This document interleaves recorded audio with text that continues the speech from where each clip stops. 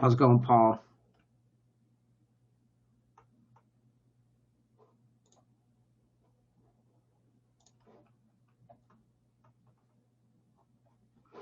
You're muted. I don't know if you're aware.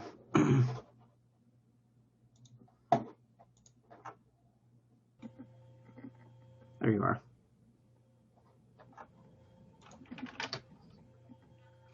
How's it going?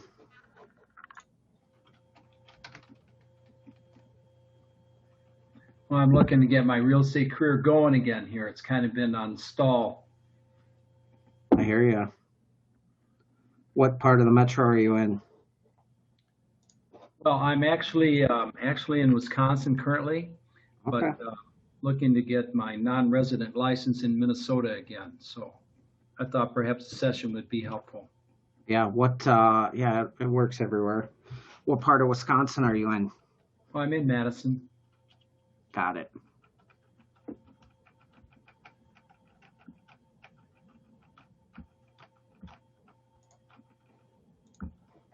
But no listings currently, so I'm kind of stalled out right now. Yeah, it's definitely interesting.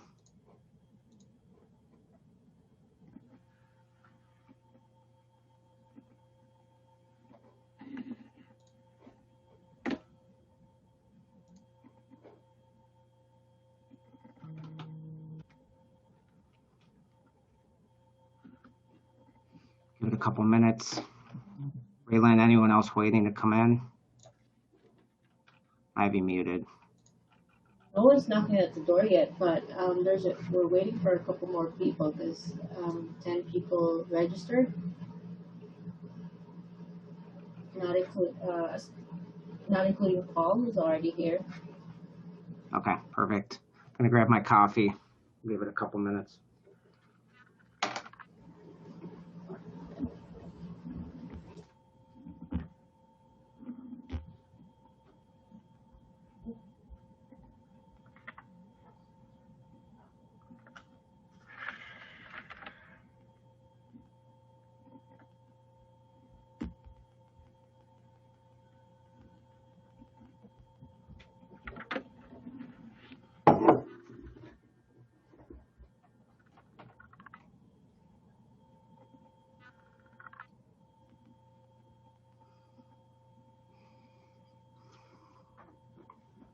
Maybe we'll get a one-on-one coaching session with Paul.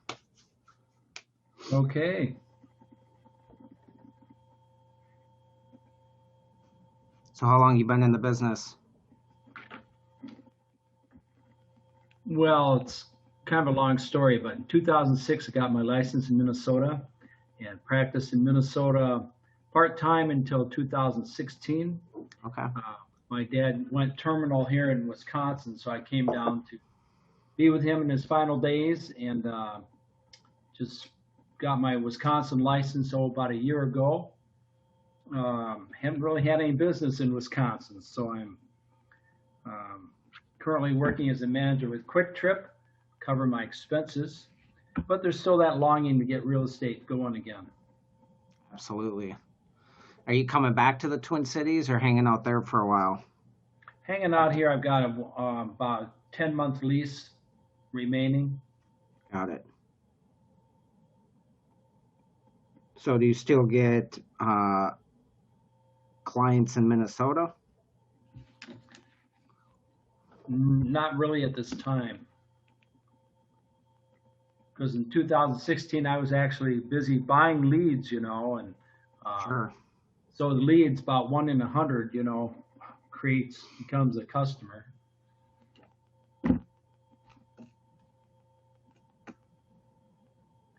But my specialty was when the market crashed in 2010 or so, I had a lot of foreclosed properties that I sold. Okay. Once the foreclosure market went away, my leads kind of evaporated.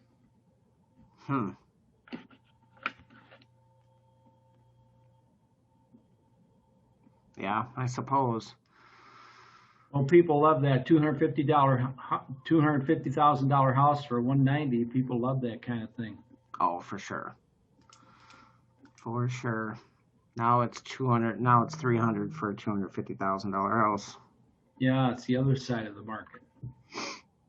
Bananas. Hey, Joanne.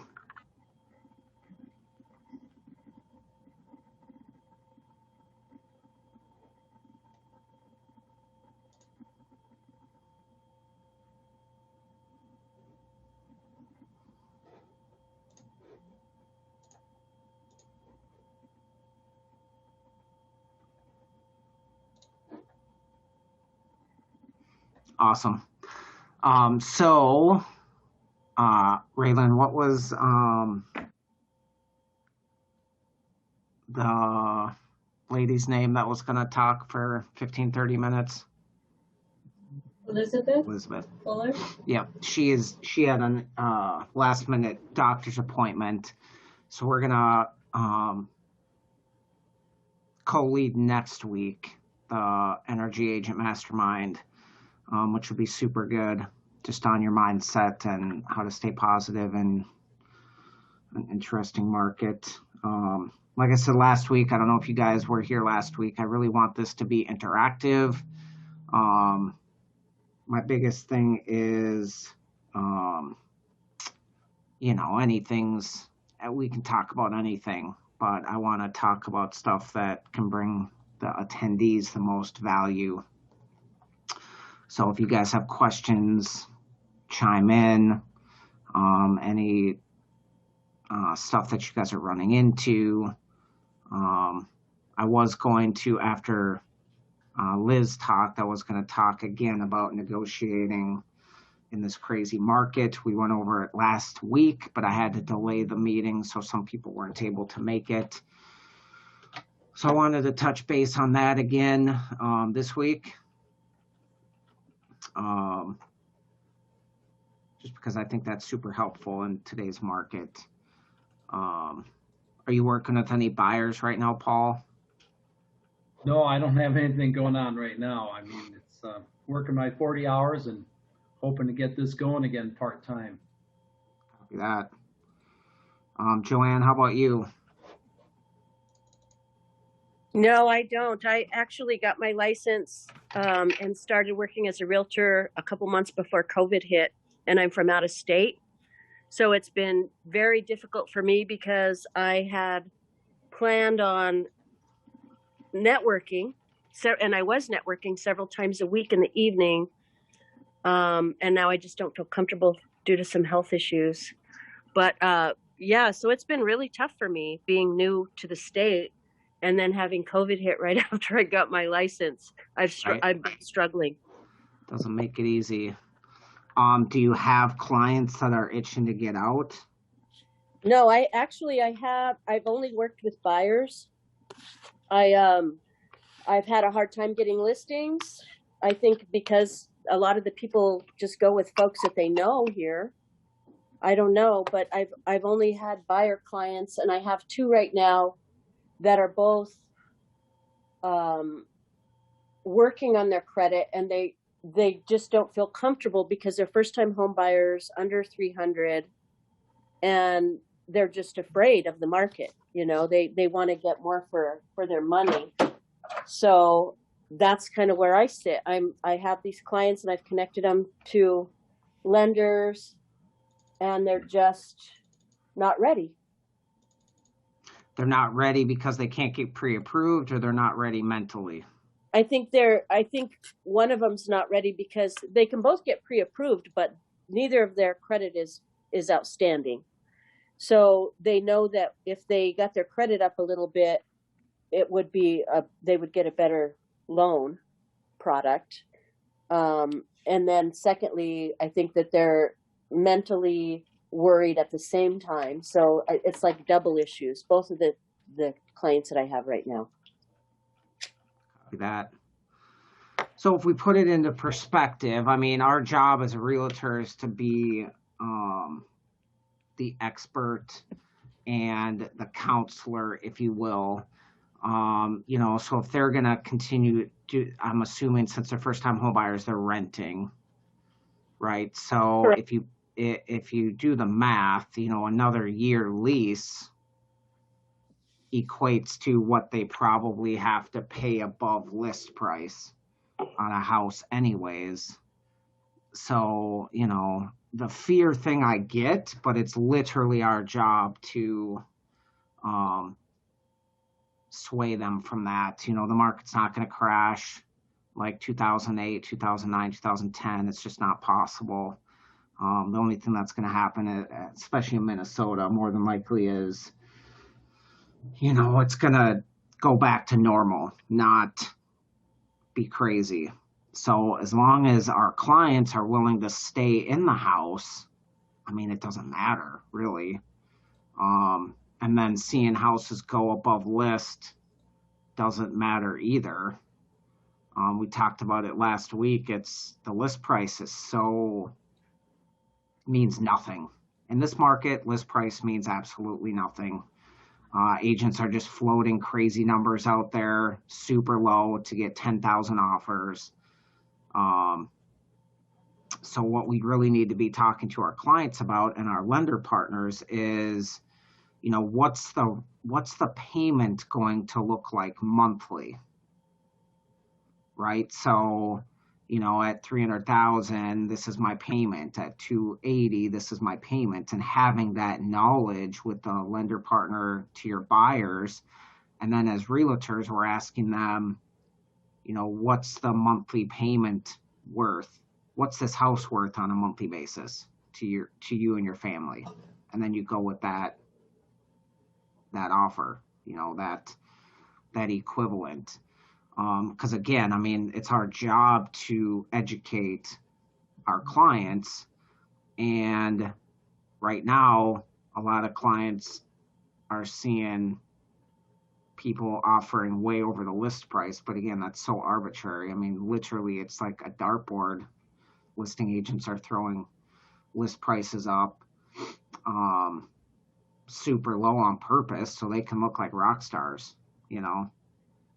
And that's fine. It is what it is. You know, our job, you know, and Joanne, the buyers that are approved up to 300,000, you're not going to look at $300,000 houses. You're going to look at $250,000 houses so that, you know, they can offer up to 300. Does that make sense? I mean, that's like mandatory. Otherwise, you're setting them up for, you know, missing out on every single one. Right. Which is, you know, it's just something you got to talk about. And I wouldn't even talk to them about it that it's bad, people are overpaying, because they're not. I mean, the reality is people are paying for what they want, and we don't dictate the price. The market dictates the price of everything. Everything that's for sale in the world, the market dictates what the price is. So, you know, overpaying is, I guess, subjective. You know, it's, if you want the house, you're going to have to pay for it, you know. So that's why dumbing it down to monthly payments is so important. So that, because the reality is, another thing that we talked about last week is the difference between like $25,000 is like $100 a month or something around there. Right? So anywhere from 15,000 to 25,000 is only $100 a month difference. So $200 a month more can get you from 250 to 300. You know, like, do you want this house for $200 more a month? You know, like, that's a lot different than saying 50 grand. Right. I like that a lot better. Just to look at it on a month, yeah, on your mortgage, like, what does it flesh out to be with your mortgage payment? Because the reality is, again, we have to be the educators. Like, I've told many buyer clients, like, the list price means absolutely nothing right now. Appraisals don't even mean anything right now, right? People are paying 10, 15, 20, no cap, with appraisal gaps, saying that they're willing to cover in cash the difference on the appraisal. So we have many, many different ways to get our buyers' offers approved. You know, we used to see a lot more escalation clauses. What I've noticed is that if the listing agent is a newbie and has no idea how to present that to a seller, it gets disregarded. So, just telling your buyer, basically what I tell my buyers is, on a monthly basis, what are you willing to pay for this house? If you don't get it and you lose it for $50 a month, is that okay? Right? Are you going to be emotional about it?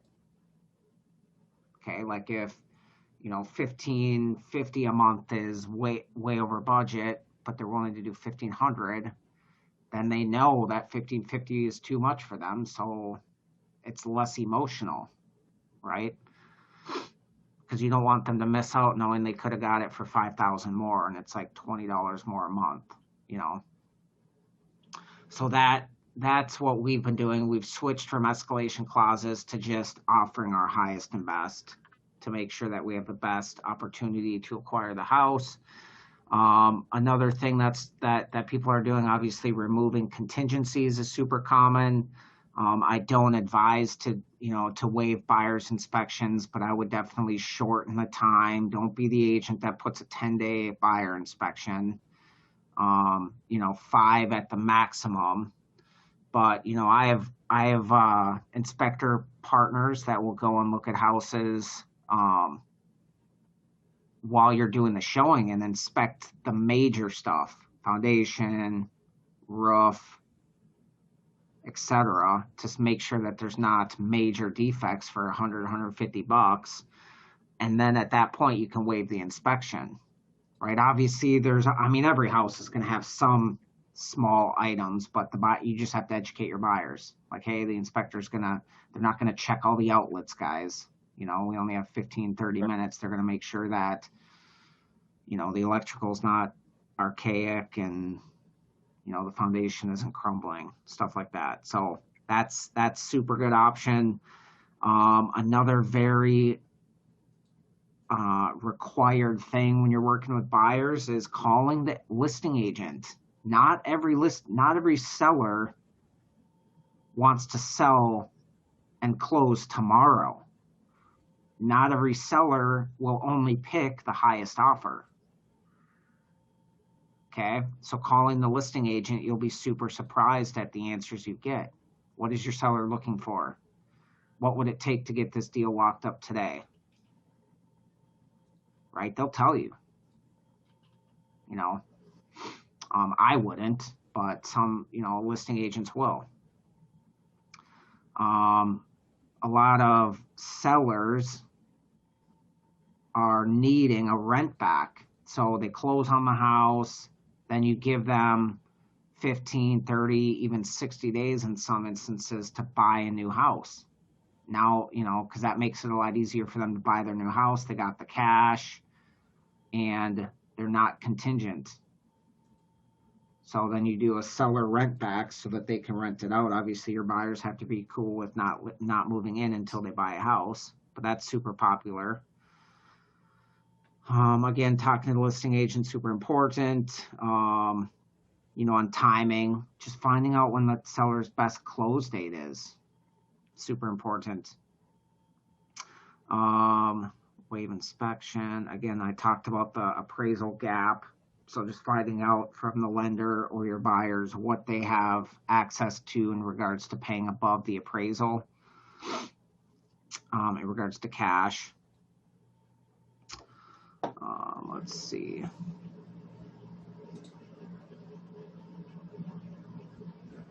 Yeah, of course. No buyers should be asking for concessions. That is just not an option right now. Not an option. Higher earnest money, non-refundable portion of the earnest money deposit. Someone had mentioned in my coaching group a couple weeks ago about paying the seller an immediate bonus for accepting your offer. And it worked on one of my buyers. We said, hey, we'll give you $1,000 just for the offer, just for the sellers to sign. Non-refundable, it's just theirs. Doesn't go towards the principal, doesn't go towards the purchase price. It's just like, $1,500 basically concessions to the seller to make sure that, or to stand out, number one, because no one's doing that, and then to make the seller like your offer better. Obviously, the other terms have to be good as well. The lender you choose makes a huge difference, guys. If you're gonna bring your clients or let them use a regular bank, it's not gonna go well. Rocket Mortgage, not gonna go well. I see posts online all the time. Hey, I just got an amazing offer and their lender is Rocket Mortgage. What do you guys think? And like, there's thousands of, I'm being sarcastic, but lots of people that are like, no, no, no, no, no, no, no, no, because that's just one person. They give pre-approvals to anybody just to go shopping and then hoping and praying that they'll get approved in the end. Delayed closing, stuff like that. So that's super important. The lender you choose matters. My lender partner saved a transaction for my team a couple months ago just because he knew the listing agent. They both done a bunch of business together, and the listing agent trusted him. Like, hey, if you say you can get this done, my sellers will hold off on, canceling and relisting it. So that stuff makes a big difference. Let's see. I mean, I've seen agents also add, like, hey, as long as there isn't a defect that's estimated, fix is more than $3,000, we're not going to ask for anything in an inspection. As long as there's not something crazy wrong, then we won't ask for anything in an inspection. Kind of makes the seller feel better.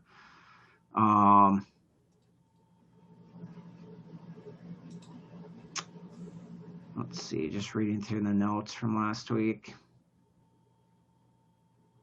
Some people are paying for seller fees, which again is unheard of. No one's doing it. And if you word it like that, hey, we'll pay the seller's closing costs rather than just offering them more money, even though it equals out the same via the net, again, you're standing out. Let's see. These are all really great ideas. I'm loving this. Thank you so much. Yep, for sure. And then setting the expectations with our clients is super important as well.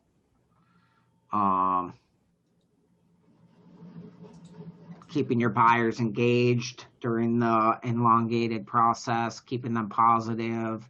Whether or not you want to punch someone in the face, you're not taking it on your clients and, telling them the world sucks, whatever. It always works out, right? As long as they stick with it. We don't want to be the buyer agents or the buyers that quit, right? There's going to be a ton of them that are doing what Joanne's clients are doing and just waiting. Yeah. Well, that's good for us. What's that, Paul? Yeah, I was going to say, from my experience in the working with buyers, I did that specifically for about 10 years. I just was never really good at listings, and it's all good. The thing is, if their credit is bad, they have to work on their credit. It's going to take more than a year. A lot of times they just flame out, they just, for sure. I'll be a renter. I heard over and over, I'll be a renter the rest of my life. And so with some of those buyers, there's just nothing you can do. You have to just stay in touch with them and try and encourage them. Yeah, no, I get it. And right now everyone has to have way more balls in the hopper. Real estate is harder. Last year, real estate was super easy. If my team had 10 buyers, we had 10 closings, gonna happen.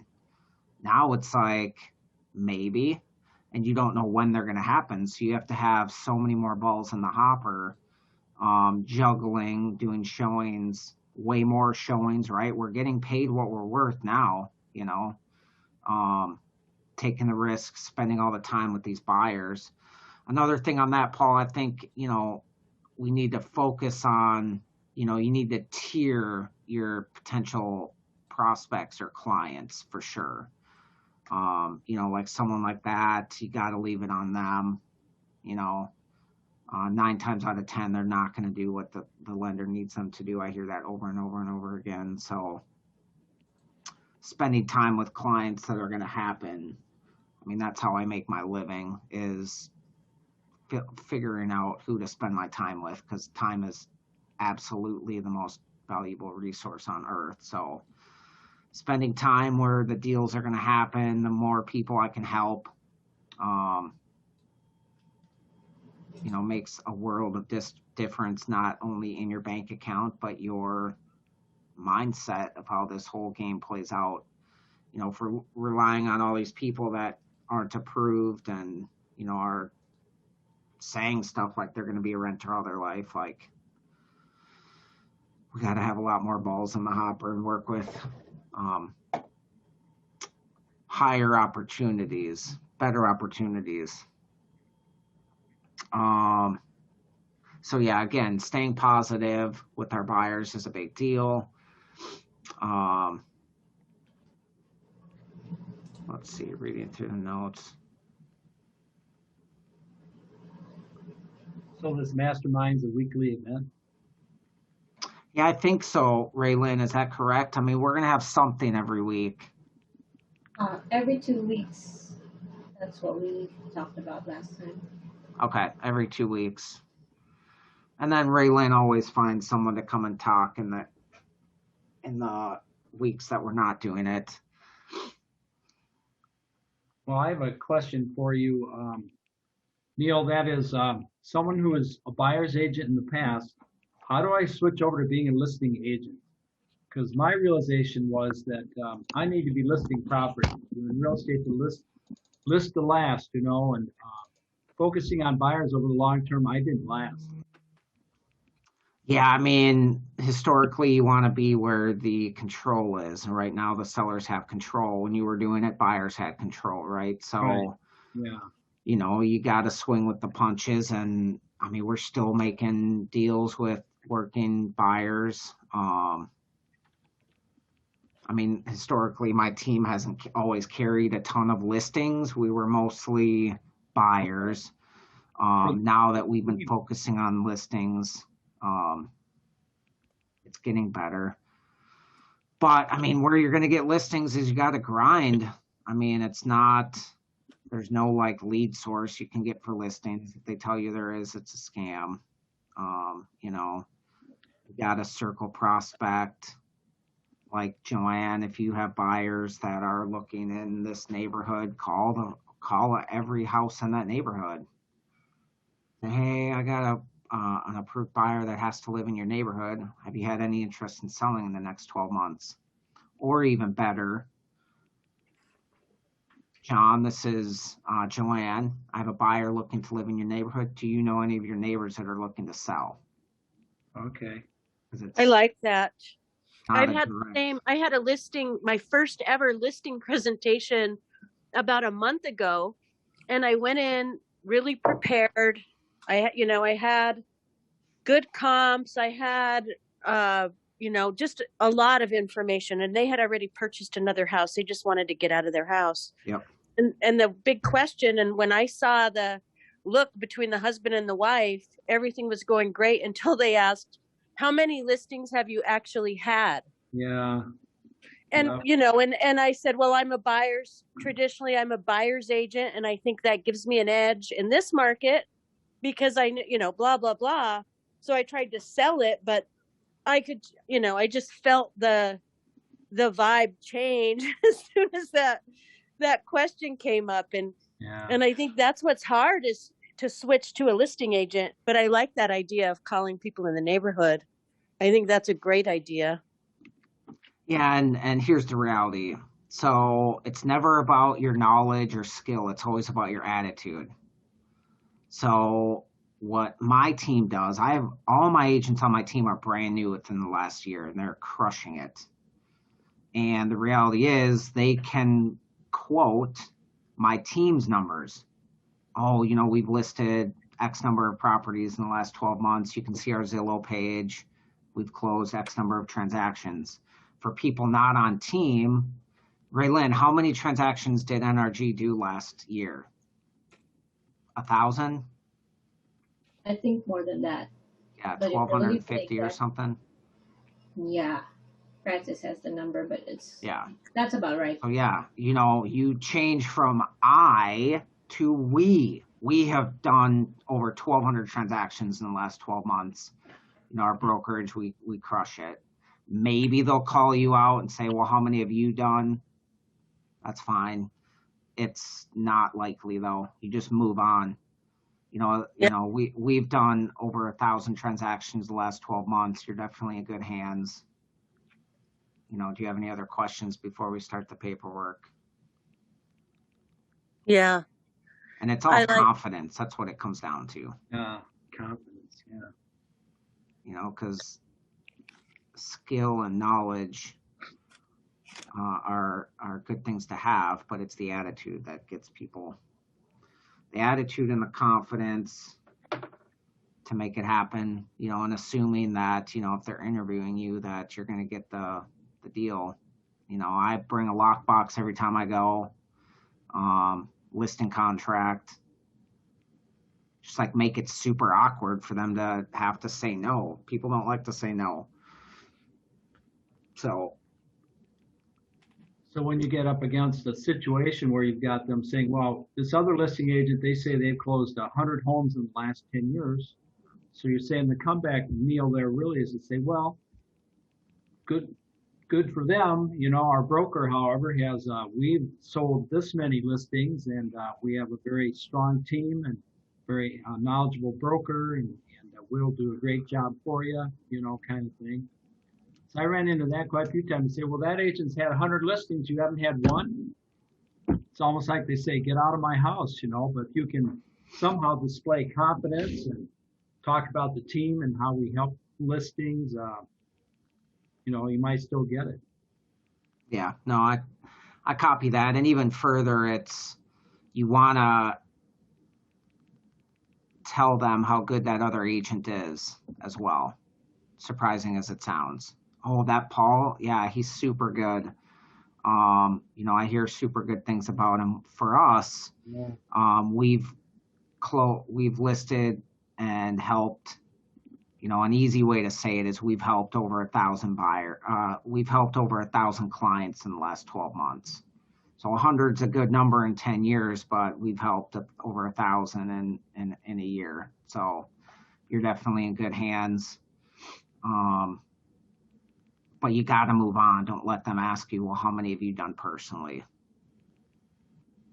Yeah, and my response there wouldn't have been the best either. Well, good for them. It almost sounds like jealousy or something. You know, they'll just say, oh, yeah, I've heard they're a great agent, but let me tell you about our broker. Here's what we've done last year. Yep. Okay. And just keep it at we. Don't say broker. Just say we, you know, we've done, you know, over 1,000 transactions in the last 12 months.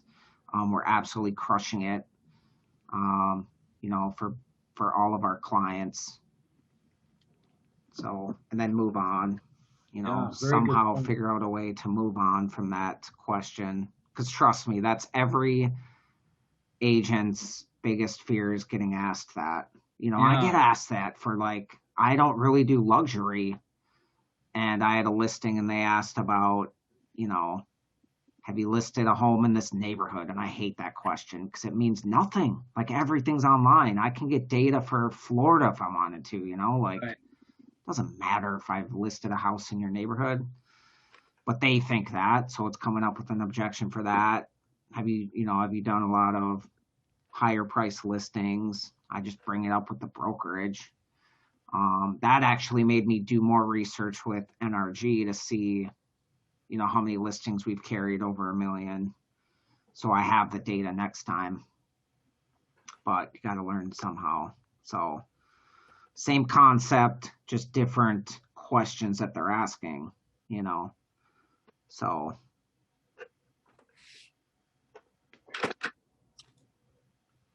you guys have any other questions? I love the questions. Well, for me, it would be nice to get that data, just that general data, for say 2020 or the last 2 years from NRG, since I don't work on a team. And, I don't have any numbers really except some buyer side representation, and that's it. I've only sold 3 homes since I've been an agent. So, yeah, that would be helpful, I think, to incorporate into my talking points and just a pitch in general conversation. So I don't know if Red, if you could get that for us, or if there's some place that I can find that. Yeah, the MLS. The Just MLS. just search office ID and then do solds in the last year. Okay. Thank you. Yeah, no one's ever. I came here too. I'm new with NRG since December. Oh, got it. Where were you before? I was at Berkshire Hathaway in Edina. Okay. Yeah. Copy that.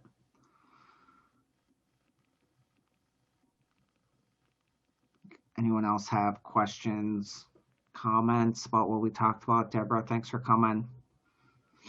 I have a question on marketing, and I totally feel comfortable and get the one-on-one interaction that you do just in your day-to-day, folks that you just talk to and meet. Yep. I'm good with that. But above that, for paid marketing, what would you suggest? I've talked to a lot of experienced agents, and I've received just as many different responses on where's the best place to put your money? And does it matter to get listings? Is there a better marketing venue or platform, social platform, that works better for listing or to work on buyer side? Very good question. I learned a long time ago that you can't buy business in real estate.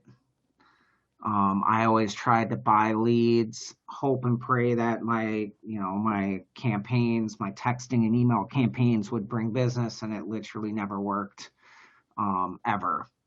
So the biggest thing, it's until you get out of the trench, there's definitely a learning curve and a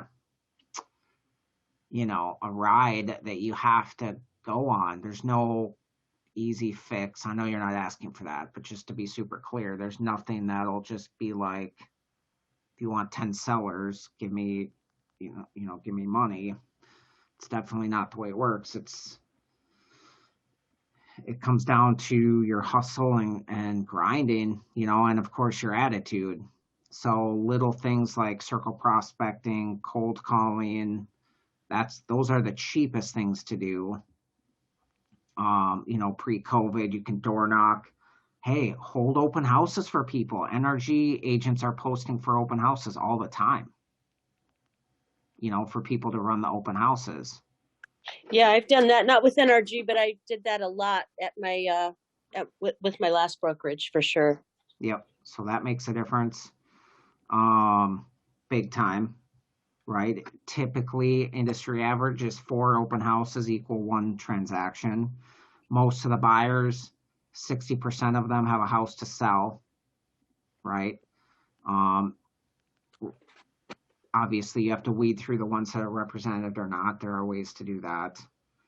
But that's a super free way, besides time, to get clients, is open houses. Again, before it was door knocking, pre-COVID. Now that's probably not the best thing to do. Sphere of influence. I think a big thing is not soliciting business, but just asking them if they know anybody that are looking to sell. You have buyers looking in this area, and we need more inventory. It's a big deal there for sure. Other marketing, sphere of influence, referrals, asking past clients. Paul, I would here's the reality, Paul. You're 4.5 hours away. That doesn't matter. You can still get checks by calling your past clients and everything in Minnesota. There are plenty of NRG agents, including my team, that will work the clients for you so you can get a check. The referral fee. Yeah. referral fee. It's a no-brainer. So Isn't to that me, like those are the 30%? yeah. So and you don't have to do anything except, I have ways, we can talk about it later. I have super easy ways to make sure that they're comfortable with that. We do it all the time. It's how I pass deals on to my buyer's agents. Well, one would certainly hope that they wouldn't all say, "Who's that? Oh, he sold us his house. Oh, that's right. We remember him now." But you'd think there'd be if they like the house, and if I went through a lot of work to get them into the house, they probably have a high regard for me. So I'd be contacting them saying, I'm working in real estate again, and because with a lot of them, my peak year was 2012. Well, it's been 9 years by now. Maybe they're ready to sell Well, the exactly. high market. If they're not, their next generation might be looking to buy. You definitely have an advantage. You just need to work it. The next generation, their kids might be buying. Exactly. Or their parents might be selling and, going to a facility or something. That sounded bad. You guys know what I mean. Oh yeah, well they're looking to take Assisted care of their living. folks. Yeah. So, I mean, that's free. I mean, that's just going through your old clients database. When did you switch brokers? Well, that was my problem. My encouragement to the other agents: don't be switching brokers all the time. I must have worked for 6 different brokers. When was the last time? When did you switch to NRG though? NRG, I never had a transaction. I sort of switched there. I'd kind of, by about 2015, I'd kind of given up. So I thought I'll just park my license with NRG. It sounds Got terrible. it. Okay. But I've got a list of about, I probably have 4 dozen buyers that I had during those years. Yeah, just reconnect with them. Hey, I don't know if you noticed, I switched brokers. Gives us a lot more flexibility on, fees and what we can and cannot do. We're running into some off-market properties all the time. Do you know anyone that's looking to buy or sell in the next 12 months? Obviously you can, that the market to sell is unreal. We have special ways to make it super less stressful. If they do incline that they're looking to sell potentially, but they are stressed about it, just letting them know that they have all the leverage. So they basically dictate the terms. Hey, I need 60 days to buy a house. Sure. So that would be I guess that answers the question. That's my lead back into real estate. For sure. I was very active. I've got about 4 dozen leads, people who bought through me. So that's probably that's my sphere. They all have houses to sell. Yeah. They might be on their second house already. They've already upgraded. And what happens a lot, and don't beat ourselves up about it because it happens to all of us, but a lot of times there are orphan buyers. So they buy a house and they have no idea who we are, Paul. Like, they will not remember you. And don't feel bad about it. It's just because the second that they're looking for different real estate, they have Zillow and Realtor.com spending billions of dollars to steal our databases right from underneath us. So if you haven't been following up with them once a year or sending Popeyes or... Yeah, I haven't done any of that. Which is fine, super normal, but you can re-engage,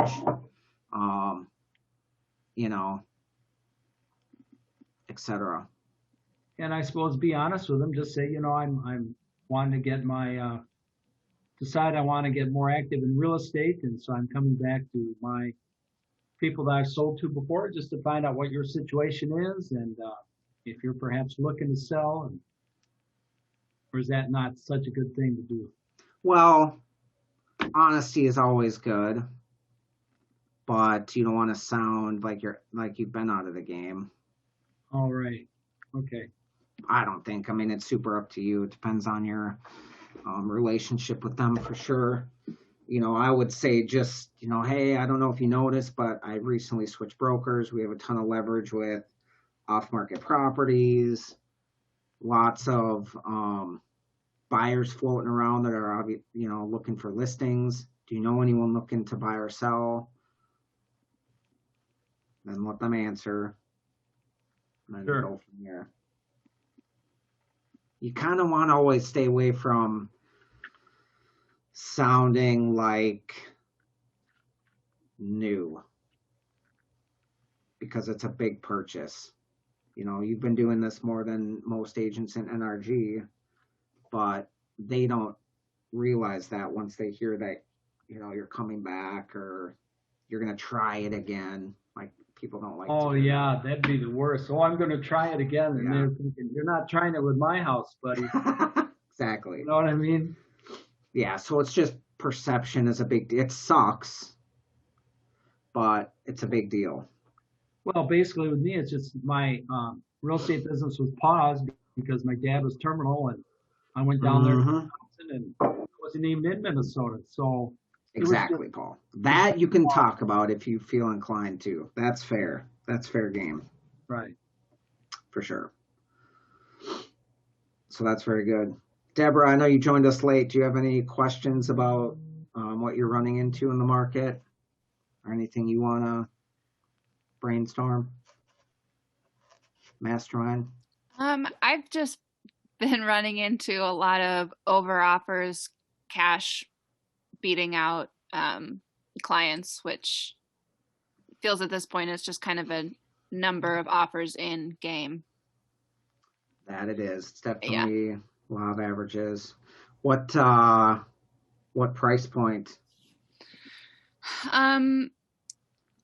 High threes to mid fours as for listing price, and a lot of them are going like had a couple this week that went over 500,000 cash, so we lost those. But the buyers I'm working with are looking in South Minneapolis, and I know that's like the worst place, most competitive place to look right now.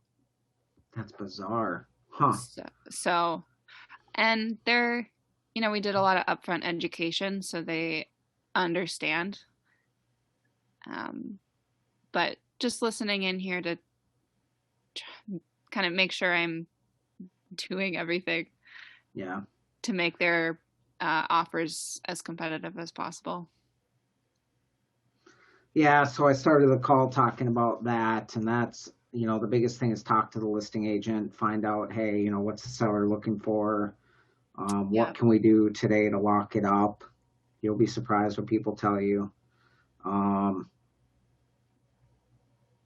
You know, if you can get an inspector to inspect the house during your showing with them, that's huge. So start lining that up today, right, for showings this weekend. Basically what's happening, guys, coming soon, listed Thursday, sold Sunday. So you need to plan to, number one, to make sure that you can get your clients in there because everything is so freaking booked.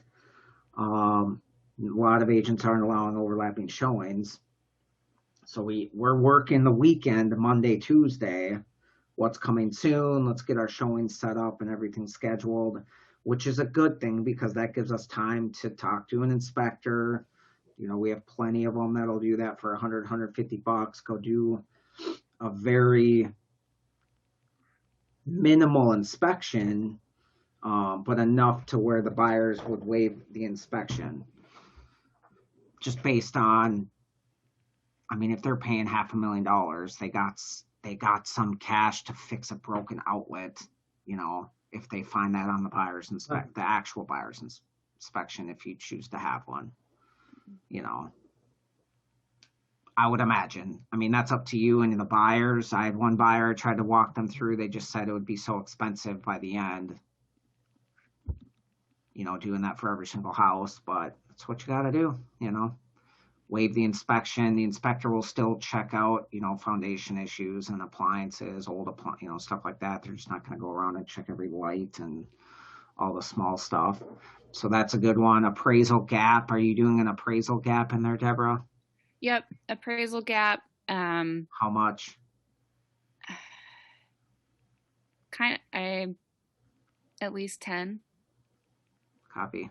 Yeah. So with that, Deborah, what I'm seeing is, I mean, offer $1 million. I mean, what difference does it make? You're only paying 10 grand over the appraisal. And Well, some agents question are with dumb that. enough to accept that. They're like, well, what if it appraises for 700,000? You know, like they'll do that. With so if my buyers are like 35% cash, does the appraisal need to up what does it need to appraise to? Because they're only taking a loan out for it would only need 65%. to appraise for like of the percentage, right? That the bank is actually buying the house for. Well, they would have to have the cash on top of the 35% or lower the cash that they're bringing I guess what to close. I think I explained that poorly.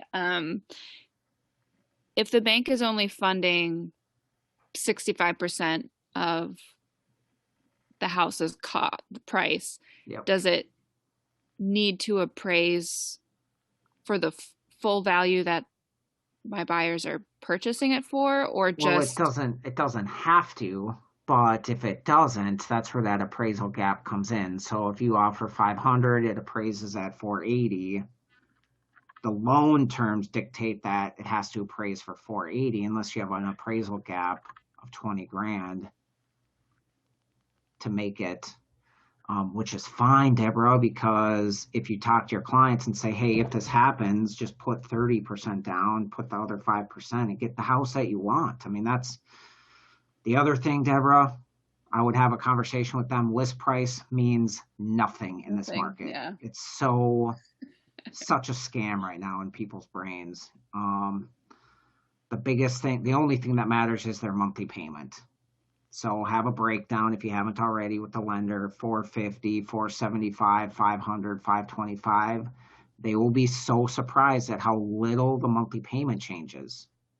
I mean, it adds up, obviously. I'm not naive to that, but $100 for every 25,000 or every 20 grand, like, you know, they might get a little bit crazier. And again, if you're only paying 10 grand over appraisal, what difference does it make?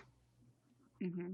I mean, in all honesty, you know, I saw an agent, they took the highest offer, but the appraisal gap was only 10 grand. Well, they got played because, you know, if you run the comps, you know what it's going to appraise at more than likely. Again, appraisal means nothing in this market. The purchase price means nothing, right? So if you know what it's going to appraise at, hey, this is what I think the, you know, appraisal is going to come back at. You'll be in the game for plus 10K on this. Offer $10 billion. You know, it doesn't even matter, right? The odds are that it's not going to appraise for, you know, much more than what you think it will. Does that make sense? And agents will bite that. Like, oh my gosh, what if, Mm-hmm. you know, when it never will. The appraisal won't come in that high. So a lot of agents are getting duped, listing agents, newer listing agents for sure, going after the hope and chance that it appraises for something bananas, which it doesn't, you know. And I'm sure banks are very well aware of what's happening, so they're not going to appraise stuff for much more, if any, than, you know, what it's worth. So just some interesting tidbits. Just make sure they're aware, right? Like literally all you're paying is 10 grand over appraisal. And then monthly payments is a big deal. Trying to waive inspection, you know, try a bonus, Deborah, if you want. Hey, my buyers are willing to pay the seller $1,000 non-refundable if they accept our offer today. Is that combined in the earnest? No, could be, but this is different. I mean, technically you could say, you know, 50% of my earnest money is non-refundable. That's the same thing that we're doing, but we're standing out by saying, hey, we will literally pay your seller immediately $1,000 non-refundable to just sign on the dotted line. No one's doing that. And it is the exact same thing that you mentioned, but it's different. You know, it's worded differently. It shows differently. Or you can do, you know, non-refundable earnest money. Mm-hmm. but again, calling the agent, finding, building a relationship with them. Sounds weird, but it's important. Having the right lender partner is absolutely imperative in this market. Anyone on my team, we're running all offers by each other and making sure that the lenders are not Wells Fargo or Rocket Mortgage, US Bank, etc. It's got to be someone we know it'll close, and they just don't hand out pre-approvals for nothing. And the only problem with the local banks is that they take forever. They say they can close now, and it's like super delayed. So, and that's just from data I see everywhere online with my coaching company, and then like lab code agents and stuff like that. People are always asking about Rocket Mortgage and Quicken Loans, and just so many agents are having bad experiences with them. So just stuff to know, that makes a difference. Lender partner reaching out to the agent. Don't let them be lazy. It's mandatory. Hey, these buyers are like already approved. We're just waiting to pick a house, right? Because what we have to realize is the data that we're giving the listing agent is data that they're going to feed to the sellers. Always. So we got to give them that data, not assume that they will know it. Not assume that they will know it, / not assume that they will even mention it unless we do. So.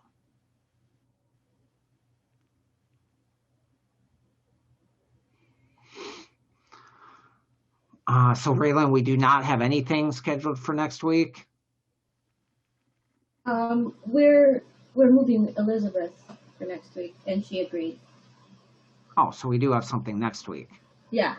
Yeah, Stress so management. Okay, same day, Yep, same day and time. Put it on my calendar, Raylan. Let's do 4/21. All right. let's plan to chat today about just making it easier for people to get into here.